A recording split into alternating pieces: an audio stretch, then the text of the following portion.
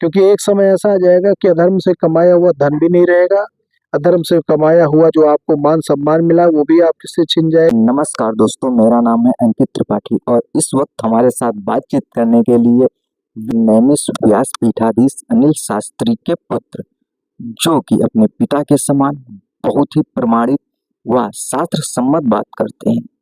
महाराज जी, मनुष्य को अपने कल्याण के लिए क्या करना चाहिए? क्योंकि आजकल अगर पेपर भी देने जाते हैं तो लोग सार्वत्रिक ढूंढते हैं। तो ऐसा कोई है जो धर्म उस ये काम करके और इंसान का मोक्ष हो जाए? क्योंकि पहले तो लोग वही है कि क्रम कि खूब पाप करेंगे, फिर लास्ट में कहेंगे हमारा कल्याण हो जाए। तो क्या लोग जो अधर्म से धन कमा लेते हैं, क्या उससे उनका वो बाद में सुधरना चाहें तो क्या उसका कल्याण हो जाएगा? क्योंकि वो कमाया हुआ धन तो अधर्म का ही है। देखिए, यदि आपने कोई पाप किया है तो उसी समय पाप करने के समय ही ये तय हो जाता है कि आपने जो पाप किया इसका भोग आपको करना पड़ेगा। जब हम तीर्थों में जाते हैं तो ऐसा कहते हैं कि तीर्थों में प्रवेश करने से जो पापों का शमन होता है, और ये बात सत्य है। यदि कोई व्यक्ति पाप करता है, उसने अधर्म से बहुत धन कमा लिया और पूरी दुनिया में वो अट्टहास करते हुए घूम रहा है, परंतु यदि कोई पूर्व जन्मों के संस्कार या किसी गुरु को मिल गया या किसी ऋषि ने उसको किसी बात से प्रसन्न होकर उसको कह दिया कि जाओ तुम्हारा कल्याण हो, तो उस समय उसको सद्बुद्धि मिल जाती है। उसके कल्याण होने का मतलब है उसको सद्बुद्धि मिल जाएगी, और उस सद्बुद्धि से फिर वो उस समय से अगर वो सब कर्मों को छोड़ देता है तो निश्चित ही उसका कल्याण होगा। और वो, परंतु जो पाप उसने किए उसका भोग उसको करना पड़ेगा। वो जब तक उस भोग को कर नहीं लेगा तब तक उसको मृत्यु नहीं आएगी। तो मैं सभी युवाओं से कहता हूँ, आप पाप करने से बचें। यदि आपसे कोई पाप हो गया है तो उसका प्रायश्चित करें, और उसका जब तक आप प्रायश्चित नहीं कर लेंगे, उसका भोग नहीं कर लेंगे, तब तक आपको मुक्ति नहीं मिलेगी। लेकिन लोग तो ये कहते हैं ना कि अभी का देख लो, आगे का क्या?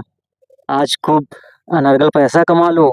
और ये सत्य भी है, शायद कलयुग का प्रभाव भी है कि जो लोग अन्याय करते हैं, अधर्म करते हैं, इल्लीगल काम करते हैं, समाज भी देखता है। जो दिन रात भजन करते हैं वो कष्ट उठा रहे हैं। तो ये कहते हैं कि देखो हम तो दिन रात भजन करते हैं फिर भी हम इतने कष्ट उठा रहे हैं, और ये तो पाप करने के बावजूद देखो आज एक जो आधुनिकता की सारी भौतिक सुख सुविधाएं जिनसे होनी चाहिए सारी उनके पास हो जाती हैं। देखिए, जो आज अधर्म से धन कमा रहे हैं, सब कुछ संचयन कर रहे हैं, तो उसका एक बहुत निश्चित काल होता है। उस निश्चित काल तक ही वो चीज़ों को आप कर सकते हैं, क्योंकि एक समय ऐसा आ जाएगा कि अधर्म से कमाया हुआ धन भी नहीं रहेगा, अधर्म से कमाया हुआ जो आपको मान सम्मान मिला वो भी आपसे छिन जाएगा। परंतु जो भजनानंदी है, जो, क्योंकि वो संतोष का जीवन जीते हैं, उनको जो मिलेगा, 2 प्रकार की लक्ष्मी है। एक लक्ष्मी जो गज पर बैठती है और एक उल्लू पर। तो उल्लू पर बैठने वाली लक्ष्मी आपके पास आएगी, उसके उल्लू को दिखता नहीं है दिन में तो उल्लू को रात में दिखता है। तो देखिए, जो लक्ष्मी जिनके पास बहुत है, अधर्म से कमाई हुई है लेकिन लक्ष्मी है, तो लक्ष्मी तो माता है हमारी।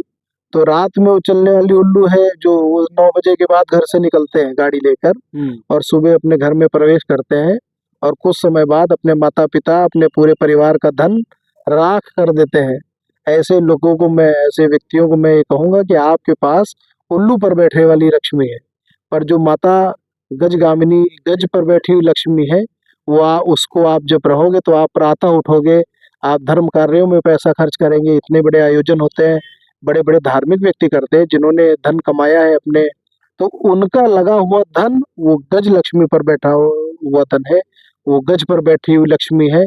तो वो आपके जीवन में सदा विद्यमान रहेगी, आपसे 10 गुना होती जाएगी। आप 10 से 100 बनेंगे, 100 से 1000 बनेंगे, पर ये याद रखिएगा, जो वो गज लक्ष्मी है, उसको धारण करिए, उस लक्ष्मी से आप पुण्य करिए, धर्म करिए, तो आपको और दिन बर दिन आपकी उन्नति होती चली जाएगी। कभी कभी देखते हैं जो धर्मी होते हैं वो भी भंडारा करने लगते हैं, वो भी सब करते हैं। तो ऐसा लगता है कि पहले से निर्धारित होता है कौन सा पैसा कहाँ पे खर्चा होगा। मैं तो ये कहता हूँ कि जो पैसा भंडारा में वो खर्च कर रहा है, वही पैसा धर्म का है, और जो पैसा जहाँ खर्च कर रहा है वो पहले से धर्म का निश्चित है। होता है। वो पहले से निश्चित है। अगर आपने उसका विचार क्यों आया फिर?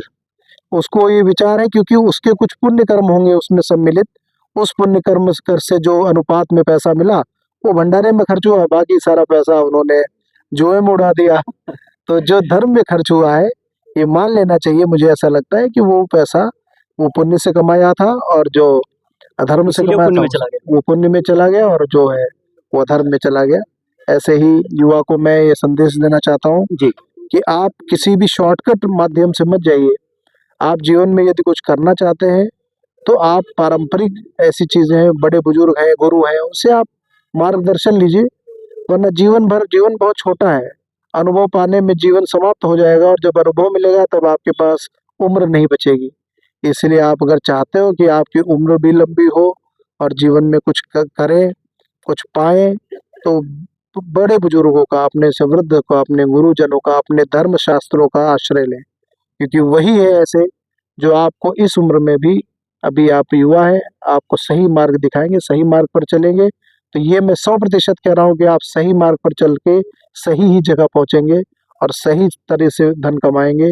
और आप जब, मैंने लिखा है बहुत, आपने लिखा है? मैंने बहुत जगह पे लिखा है ये चीज़, मैं अपने आर्टिकल्स में भी लिखता हूँ कि एक श्लोक आपने सुना होगा, विद्या ददाति विनयम, जी। विनयात त्यात पात्रताम, पात्रतात् धनम आपनोति, धनात् धर्मम ततो सुखम। तो विद्या से विनय मिलती है, विनय से धन प्राप्त हो, पात्रता आती है, पात्रता से धन मिलता है, धन से सुख नहीं है, धन से बीच में धर्म है। जब आप अपना धन धर्म के माध्यम से कमाएंगे और धर्म में खर्च करेंगे तो सुख मिलेगा, अन्यथा आपको दुख मिलेगा। तो मैं सारे युवाओं को ये संदेश देना चाहता हूँ कि धर्म करिए, धन कमाइए, पर धर्म से कमाइए और धर्म में खर्च करिए।